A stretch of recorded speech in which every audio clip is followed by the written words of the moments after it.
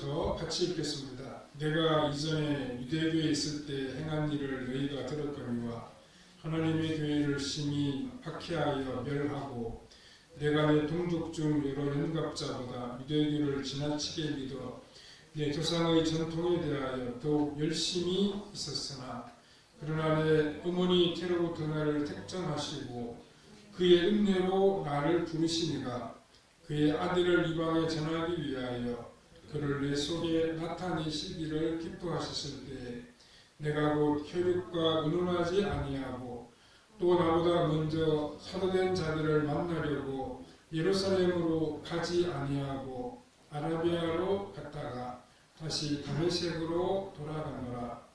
그 후 3년 만에 내가 게바를 방문하려고 예루살렘에 올라가서 그와 함께 15일을 머무는 동안 주의 형제 야고 외에 다른 사도들을 보지 못하였노라. 보라, 내가 너희에게 쓰는 것은 하나님 앞에서 거짓말이 아니로다. 그 후에 내가 수리아와 길리기아 지방에 이르렀으나 그리스도 안에 있는 유대의 교회들이 나를 얼굴로는 알지 못하고 다만 우리를 박해하던 자가 전에 멸하려던 그 믿음을 지금 전한다 함을 듣고 나로 말미암아 하나님께 영광을 돌리니라. 아멘. 여기까지 봤습니다. 오늘은 사도 바울의 삶이라는 제목으로 함께 말씀을 생각해 보겠습니다. 사도 바울은 자기 자신에 대하여 이야기한 적이 있습니다. 우리가 빌립보서를 보면 바울이 자신의 과거에 대하여 말을 하고 있습니다.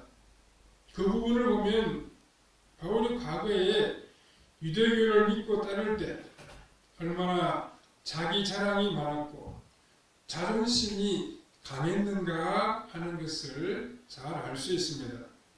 바울이 그렇게 표현한 것은 인간적인 자랑거리가 별 의미가 없다는 것을 우리에게 보여주기 위해서입니다. 또한 그것은 개인적인 성격을 띠고 있다고 말할 수 있습니다. 그런데 오늘 본문에 기록된 바울 자신의 과거 이야기는 공적인 성격을 지니고 있습니다. 물론 이 이야기는 법정에서나 무슨 공적인 자리에서 한 말은 아니지만 그것보다 더 중요한 하나님 앞에서 자신의 과거를 이야기하는 성격을 지니고 있습니다. 지금 바울이 자신의 과거에 대해 말하는 것은 과거에 어떤 일이 있었는지 그리고 그 어떻게 해서 복음 전하는 자가 되었는지를 밝히기 위해서입니다. 우리는 사도 바울의 삶의 모습을 들여다보면서 주님께서 주시는 교훈을 함께 생각해 보아야겠습니다. 첫 번째로 바울은 자신의 모든 삶이 다 하나님의 은혜였음을 고백하고 있습니다. 바울은 자신이 사도가 된 것이 자신에게 무슨 특별한 능력이나 지식이 있어서가 아니라 오직 하나님의 은혜의 선물이라고 하는 사실을 밝히고 있습니다. 15절을 보시면 그러나 내 어머니의 태로부터 나를 택정하시고 그의 은혜로 나를 부르시니가 이렇게 표현하고 있습니다. 바울은 여기서 은혜로 나를 불렀다고 말합니다. 이것은 특별한 자격이나 능력이 없는 자를 하나님께서 아무런 조건 없이 불러주셨다는 뜻입니다.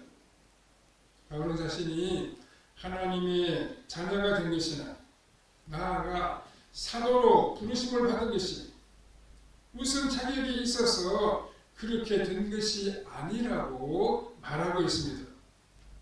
여러분들은 사도 바울의 가르침을 들을 때 그의 빼어난 지적인 능력에 감탄하지 않을 수가 없었습니다. 바울이 진술하고 있는 내용의 특징이 무엇입니까? 이것은 너무도 명확하고 분명하다는 사실입니다. 그의 진술에는 불분명한 부분이 없었습니다. 모든 것이 뚜렷하고 확실했습니다. 그런데 바울은 이러한 지식이나 진술이 자기 자신에게서 나온 것이 아니라고 말하고 있습니다.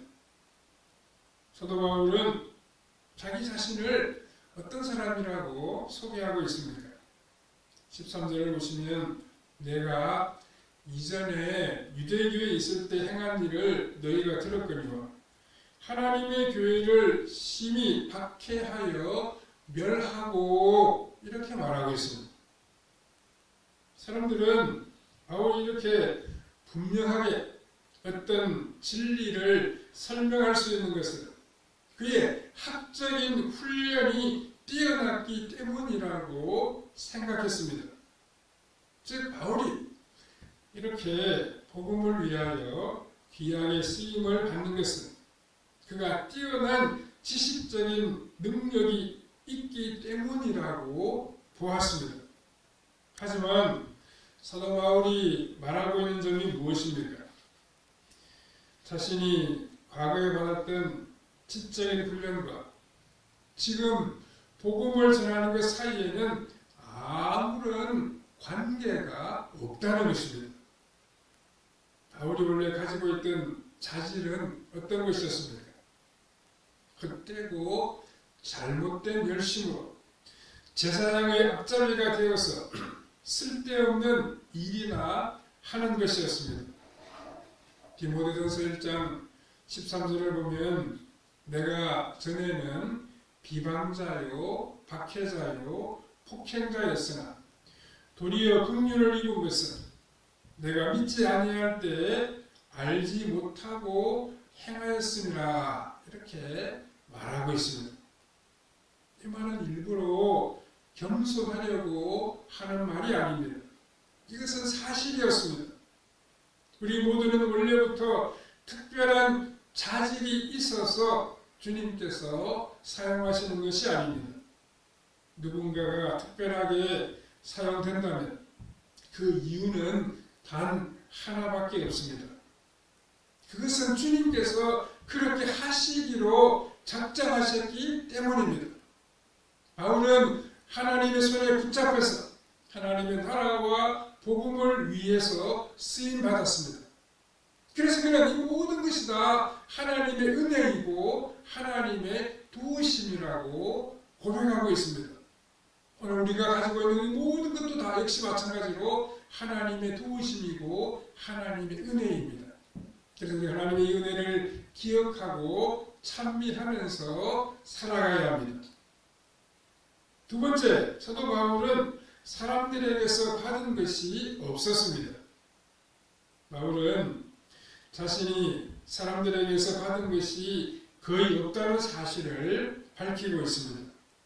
16절, 17절에 그의 아들을 이방에 전하기 위하여 그를 내 속에 나타내시기를 기뻐하셨을 때 내가 곧 혈육과 의논하지 아니하고 또 나보다 먼저 사도된 자들을 만나려고 예루살렘으로 가지 아니하고 아라비아로 갔다가 다시 다메섹으로 돌아갔노라 라고 했습니다. 바울은 주님을 만난 이후에 다른 사도들로부터 특별히 배운 것이 없다고 이야기하고 있습니다. 우리 이 말을 들을 때 마치 바울 자신이 모든 것을 다 깨달았기 때문에 다른 사도들의 가르침을 받을 필요가 없었다는 것처럼 받아들일 수가 있습니다. 하지만 바울이 말하려고 하는 점은 그것이 아니었습니다. 바울이 교만해서 다른 사도들로부터 배울 것이 없다는 그런 뜻이 아니라 그는 사실 사도들로부터 배울 수 있는 기회가 전혀 없었습니다. 특히 주님에 대한 여러 가지 이야기를 듣고 싶어도 들을 수 있는 길이 열리지를 아니했습니다. 지금 이런 사실을 바울이 표현하고 있는 것입니다. 바울에게 예루살렘에 있는 사도들과의 교제할 수 있는 길이 열리지 않았던 이유가 무엇입니까? 그것은 단 하나의 설명밖에 없습니다. 주님이 그것을 기뻐하시지 아니하시기 때문입니다. 주님이 만일 이것이 필요하다고 여기셨다면 그렇게 하셨을 것입니다. 그러나 주님은 바울에 대하여 다른 생각을 가지고 계셨습니다. 그것은 바울을 별도로 사용하시는 것이었습니다. 주님은 바울이 예루살렘의 지하들로부터 무엇인가를 배우는 것을 원하지 아니하셨습니다. 그것은 그를 바로 이방인들에게 복음 전하는 자로 세우기 위해서였습니다. 그래서 바울은 아라비아로 갔고 또 다메섹으로 돌아오게 되었습니다. 사도행전을 보면 바울은 회심하자마자 바로 다메섹에서 복음을 전했고 그 결과 유대인들이 그를 죽이려고 문을 지키고 있었기 때문에 바구니로 성에서 달아내렸다고 말하고 있습니다. 그리고 바울이 예루살렘으로 갔지만 사도들이 그를 두려워하려 만나려고 하지 않았다고 기록하고 있습니다. 결국 바울에게는 예루살렘에 있는 사도들로부터 복음에 대하여 배울 수 있는 기회가 주어지지를 아니했습니다. 그 이유가 무엇이겠습니까? 예루살렘에 있는 사도들이 지나치게 유대적이었기 때문입니다. 이것은 베드로가 이방인인 고넬료에게 복음을 전하는데 그 일에 앞서서 환상 가운데 세 번씩이나 하늘에서 부정한 음식을 보자기에 싸서 내려보내어도 그것을 먹지 아니하려고 한 것을 통해서 잘 알 수가 있습니다. 그들이 가지고 있는 유대인의 의식이 너무나도 강해서 도저히 이방인 성도에는 맞지를 아니했습니다. 베드로가 무슨 나쁜 사람이 아닙니다. 예루살렘에 있는 사람들 중에서 나쁜 사람이 누가 있습니까? 그러나 그들에게 있어서 이 유대인의 전통이라고 하는 것이 너무나도 몸에 배어 있었습니다. 그래서 인위적으로 그런 의식을 바꾸기가 참 어려웠습니다. 유대인들은 이방인들의 풍습과 사고 방식을 받아들일 수가 없었습니다. 그만큼 유대인들이 배타적이었습니다.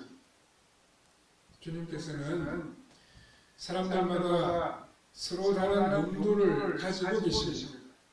주님은 사람들을 억지로 사용하시지 않습니다. 모든 사람들을 다 그 그릇대로, 그 은사대로 사용하십니다. 예루살렘의 사도들은 구약 이스라엘의 전통을 이어받은 12기둥으로 사용되었습니다. 구약 시대에는 누구든지 하나님의 백성이 되려고 하면 12지파 안에 포함되어야만 했습니다. 이제 신약 시대에 이스라엘에 대한 약속이 12사도로 대표되는 신약 교회에 그대로 이어졌습니다. 구약의 이스라엘에 대한 모든 약속은 신약의 교회에서 찾아야 합니다. 구약 선지서에 나타난 이스라엘에 대한 모든 약속이 우리에게 오늘 하시는 말씀이기도 합니다. 그러나 이 12명의 사도가 교회의 기초는 되었지만 이방인들에게 효과적으로 복음을 전하는 데에는 적합하지가 아니했습니다. 그래서 주님은 바울이라고 하는 인물을 따로 준비하셨습니다. 왜 주님은 바울을 이렇게 세우셨습니까? 예루살렘에 있는 사도들의 부족한 부분을 보충하기 위해서였습니다.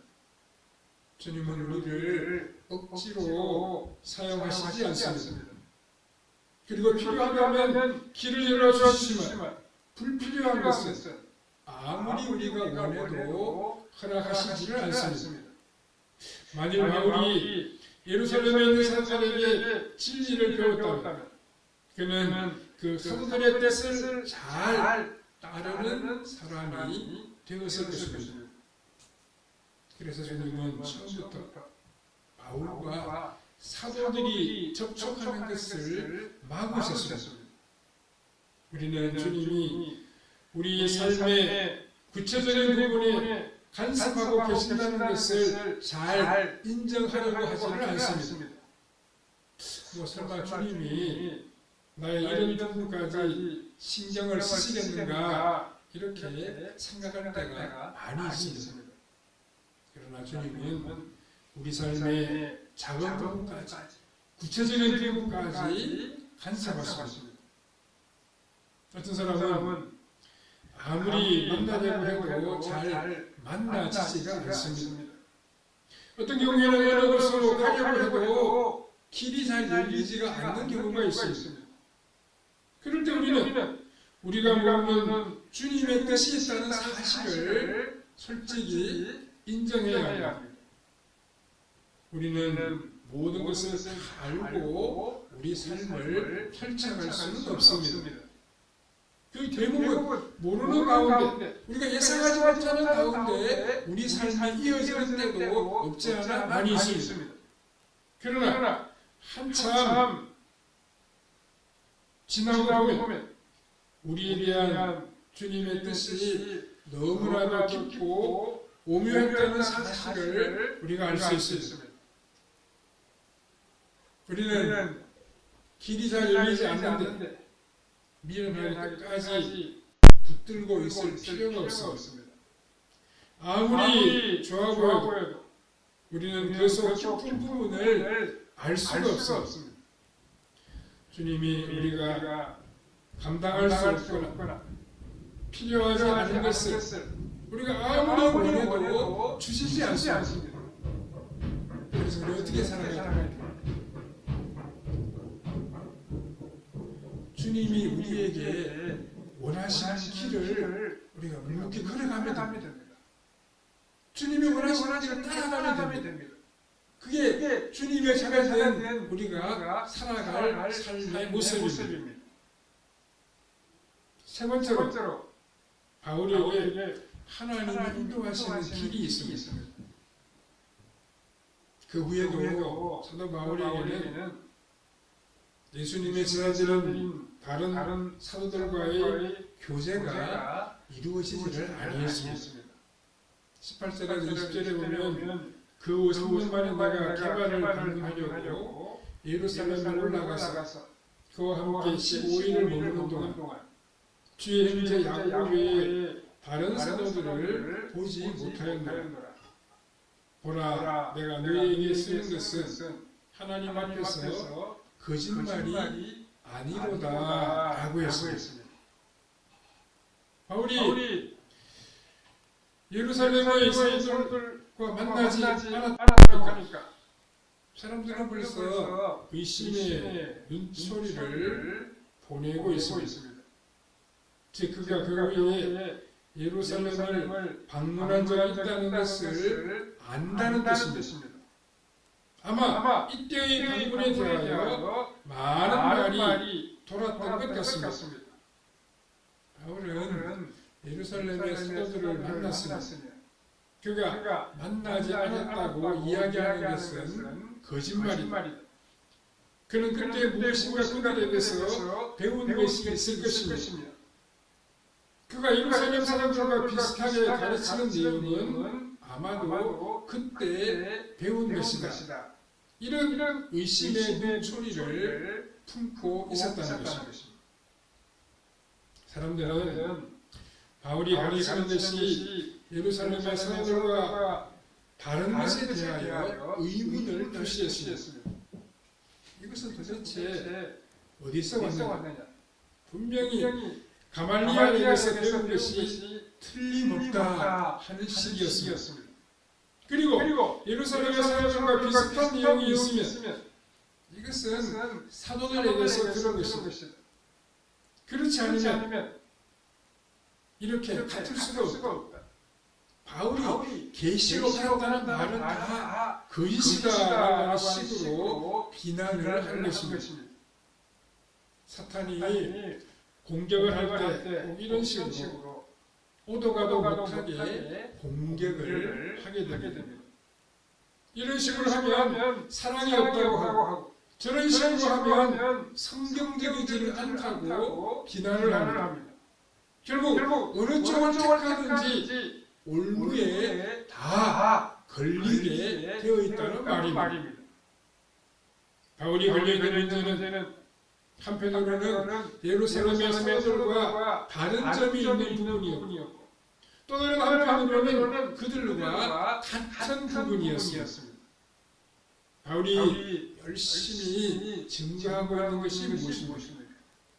같은 부분이나 다른 부분이나 모두가 다 그리스도의 계시로 알게 되었다는 것입니다.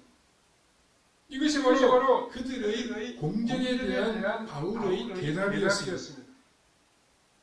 그래서 그가 가말리엘에게서 배운 지식으로 얼마나 교회를 잔인하게 핍박했습니다. 또 다른 한편으로는 그가 예루살렘 사람들을 만날 기회가 없었다는 사실을 밝히고 있습니다. 이 모든 것을 증거한 후에 무엇이라고 맹세하고 있습니까?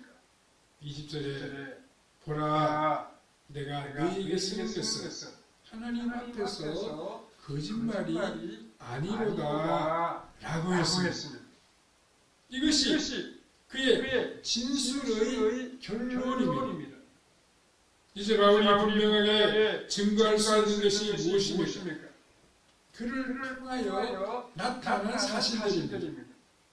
21절 이하에 그 후에 내가 수리아와 길리기아 지방에 이르렀으나 그리스도 안에 있는 유대의 교회들이 얼굴로는 알지 못하고 다만 우리를 박해하던 자가 전에 멸하려던 그 믿음을 지금 전한다 함을 듣고 나로 말미암아 하나님께 영광을 돌리니라 라고 했습니다.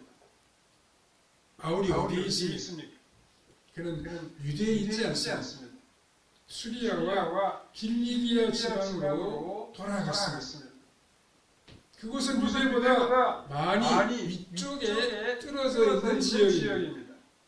그런데 거기서 그가 복음을 전하는 것을 유대에 있는 교회들이 다 듣고 있습니다. 서로 얼굴은 몰랐습니다.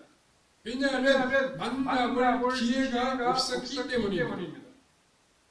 그러나 교회는 이미 바울이라고 하는 사람의 이름과 그가 행하는 것을 다 듣고 있었습니다. 오늘 우리가 깨달아야 하는 것이 무엇인가 하면 바른만 말이 진리를 간다고.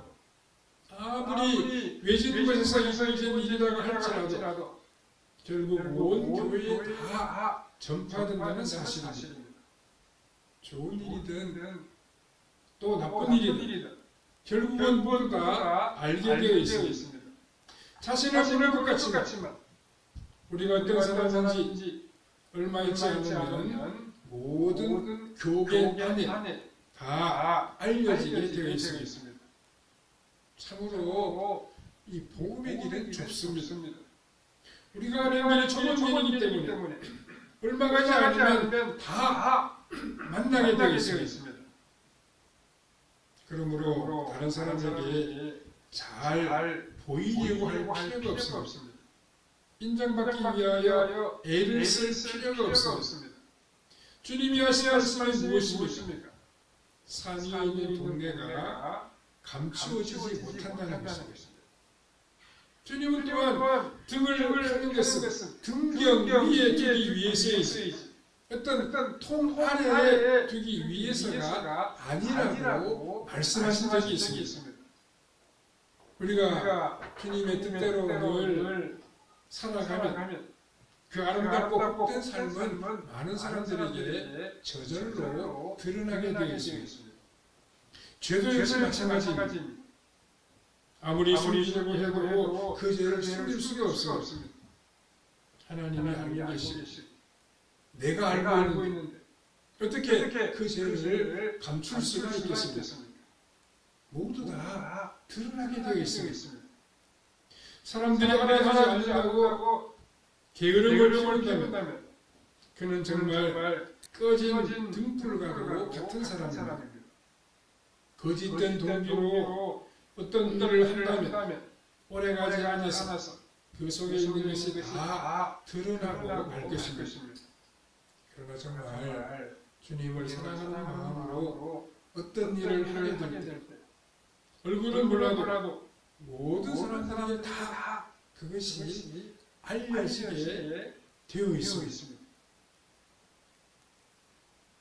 사람들의 입에 옳은 일이다가 사라져버린 사람들이 얼마나 많이 있습니까? 반면에 영원히 본다는 사람들은 끝까지 변함없이 한결같이 주님께 충성했던 사람들이었습니다. 사도 바울이 바로 그런 분이었습니다. 우리도 주님 앞에 서는 그날까지 끝까지 믿음을 지켜야 됩니다. 그리고 주님을 위해 복음을 위해 교회 유익을 위해 헌신하며 살아가야 됩니다. 우리가 마지막 주님의 사랑에 보답하며 살아가는 우리의 신앙생활이 되어야 합니다. 그렇게 살아감으로 주님의 칭찬을 듣고 주님의 성경을 받는 우리의 삶이 다 되어야 할 것입니다. 끝까지 진실하고 마지막 순간까지 주님의 나라를 위해 섬김으로 복된 믿음의 삶을 펼쳐가는 성도님들의 삶이 다 되시기를 바랍니다. 사랑하는 주님 은혜를 감사합니다. 바울이 부르심을 받아 주의 나라와 이방인 선교를 위해 한평생 헌신한 것을 함께 생각해 보았습니다. 우리가 받은 주의 놀라운 은혜와 사랑을 감사하고 찬양하면서 주님을 위해 복음을 위해 힘차게 달려가는 우리의 삶이 되게 하여 주시옵소서. 끝까지 진실하고 끝까지 충성스럽게 주를 위해 헌신하며 주님의 나라의 유익을 위해 봉사하는 우리의 발걸음이 되게 해주시기를 원하고 예수님의 그의 말씀으로 기도하옵나이다. 아멘.